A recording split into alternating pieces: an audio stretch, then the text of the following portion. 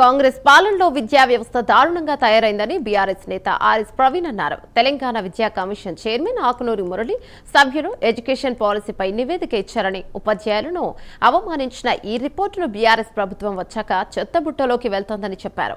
కేసీఆర్ పై కోపంతో విద్యా commission report ఇచ్చిందని ఆర్ఎస్ ప్రవీణ్ ఎద్దేవా చేశారు. భవిష్యత్తు అత్యంత ప్రమాదకరంగా మారింది. వారికి విద్యను బోధించే ఉపాధ్యాయుల ఆత్మగౌరవం దెబ్బతీయడానికి అన్ని కుట్రలు జరిగినాయని చాలా క్లియర్గా అర్థమవుతా ఉన్నది. నేను మొట్టమొదట ఒకటే విషయం చెప్తా ఉన్నా, రేపు బీఆర్ఎస్ పార్టీ మళ్ళీ అధికారంలోకి వచ్చిన తర్వాత ఈ Telangana education policy for Telangana ఈ విద్యా కమిషన్ రిపోర్ట్ ఏదైతుందో అది డైరెక్ట్గా చెత్తబుట్టలో వేస్తాం.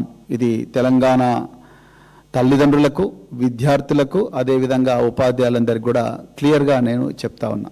ఎందుకంటే విద్యా వ్యవస్థలో అత్యంత కీలకమైన వ్యక్తి ఉపాధ్యాయుడు.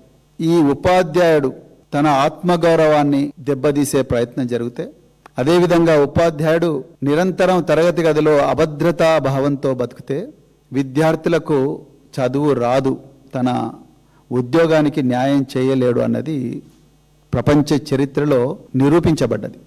సైన్స్ కూడా అదే చెప్తుంది. మరి అలాంటి ఉపాధ్యాయున్ని 1,70,000 మంది ఉపాధ్యాయులను ఘోరంగా అవమానించిన ఈ రిపోర్టు డెఫినెట్గా చెత్తబుట్టలోకే వెళ్తుంది. నిజంగా తెలంగాణ బిడ్డల భవిష్యత్తు అత్యంత